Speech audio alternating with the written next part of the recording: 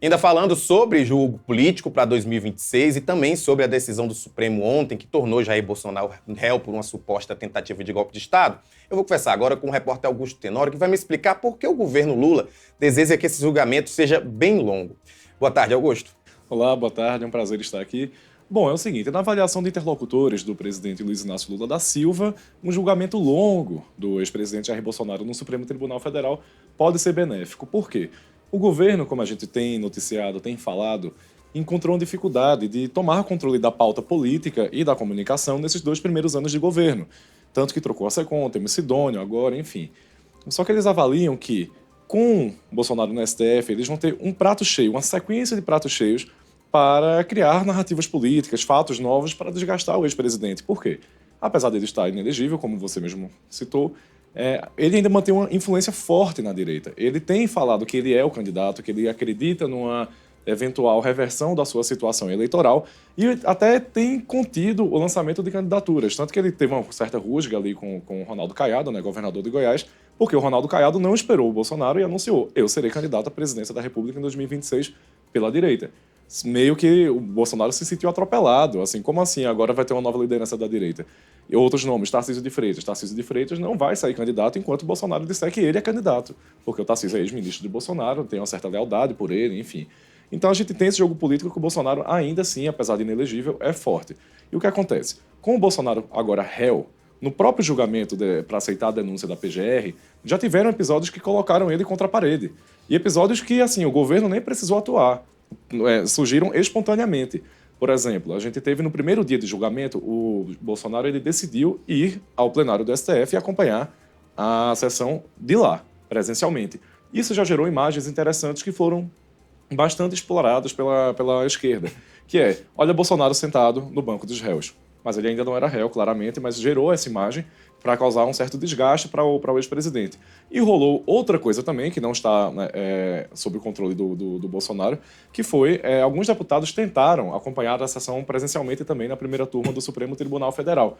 Só que acabou que rolou uma confusão, como a gente noticiou no Metrópolis, o deputado Coronel Meira, do PL de Pernambuco, foi barrado ali na entrada, teve uma certa dificuldade para entrar, acabou xingando seguranças, enfim, foi uma confusão enorme que, novamente, o pessoal da esquerda governista usou esse vídeo, esse momento, para criticar novamente a direita.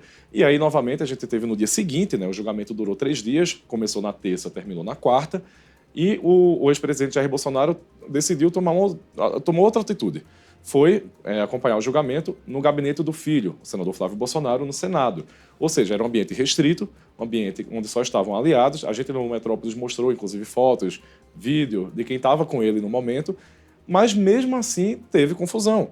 Porque ele, na saída, ele fez um pronunciamento longo, né? Ele falou 2 horas com a imprensa, e isso já é visto pelo governo como uma mudança de postura do Bolsonaro, porque ele geralmente não tem esses longos momentos de diálogo com a imprensa em que ele é questionado, em que ele pode ser perguntado. E o interessante é que, na segunda vez que ele saiu do gabinete para, de fato, sair do Senado, aconteceu um episódio interessante, que a gente também noticiou no Metrópolis. Um trompetista foi durante a coletiva e tocou uma marcha fúnebre. E tirou a atenção, desconcertou ali o ex-presidente Jair Bolsonaro, que até riu e depois reclamou, e todo mundo ficou desconcertado. A gente até fez uma entrevista curta com o trompetista, né, que falou sobre o que levou ele a fazer esse momento. Mas o fato mal começou e o ex-presidente Jair Bolsonaro, na avaliação do Planalto, já foi colocado contra a parede numa perspectiva de comunicação. É uma coisa que o Planalto estava esperando. E agora, nessa fase processual, é quando vai ter colhimento, uma apresentação de provas, ou seja, vai ser publicizada as provas vão ser televisionadas no julgamento, você vai ouvir testemunhas, vai ouvir o próprio Bolsonaro e os demais réus. Então, é esse prato cheio, essa gama de oportunidades que o governo está enxergando para desgastar o ex-presidente Jair Bolsonaro, e é por isso que o Planalto quer um julgamento longo, que querem, o Planalto, entre o Planalto querer e acontecer, tem um hiato porque são poderes independentes. E o STF ele não tem tempo aí, o STF pode deixar esse julgamento, vai acontecer, né, a partir da vontade deles. Uma dúvida que eu fico, né, a gente até discutiu isso mais cedo, é se isso não pode se voltar contra o Planalto e acabar fazendo com que a imagem de Marte de Jair Bolsonaro se torne mais forte para a direita. Eles estão avaliando também essa possibilidade? O Planalto não tem avaliado essa questão de uma suposta vitimização, né, do ex-presidente, porque o ex-presidente ele tem sustentado sua defesa, alegando que ele está sendo perseguido, alegando que há uma perseguição contra ele, há uma vontade institucional, há uma união entre poderes do Planalto com o STF para que ele seja condenado e eventualmente preso. Mas o Planalto tem avaliado que não, até porque aconteceram algumas cenas interessantes também durante o julgamento, já para a aceitação da denúncia, que meio que desconstruíram esse medo.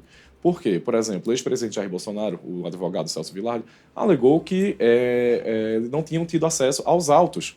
E o que aconteceu? Alexandre de Moraes colocou um print enorme no telão, que foi reproduzido durante a transmissão, mostrando que os advogados, sim, acessaram várias vezes os documentos do processo. Então teve esse momento.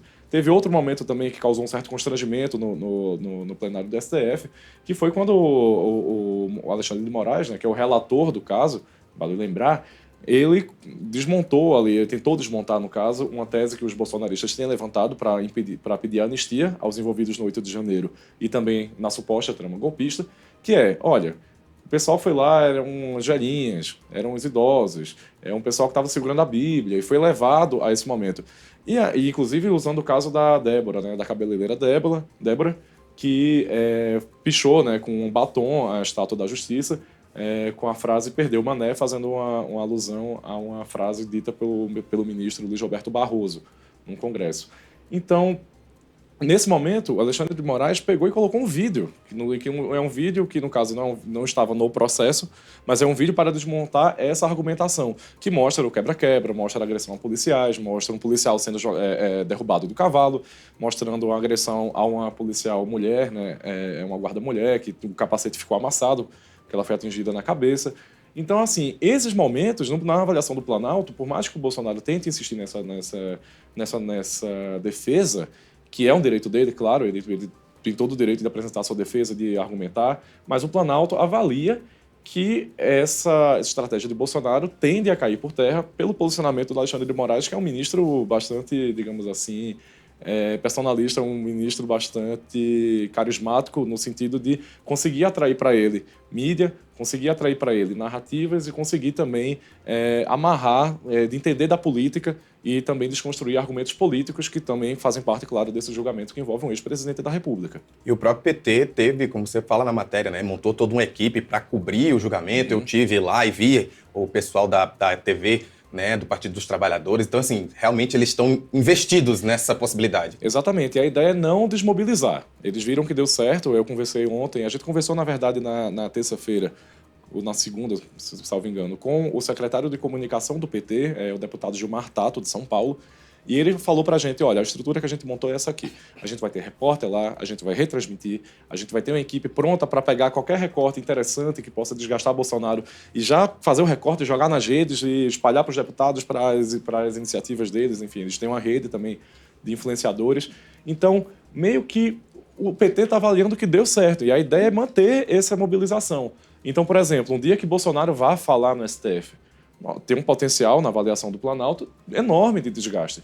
Porque não é só o Bolsonaro falar, ele vai ser questionado. Tem que lembrar disso. Não é só um pronunciamento dele. Não é que ele pode escorregar falando sozinho. Isso pode acontecer com qualquer pessoa, mas ele vai ser questionado. Testemunhas próximas ao ex-presidente serão questionadas.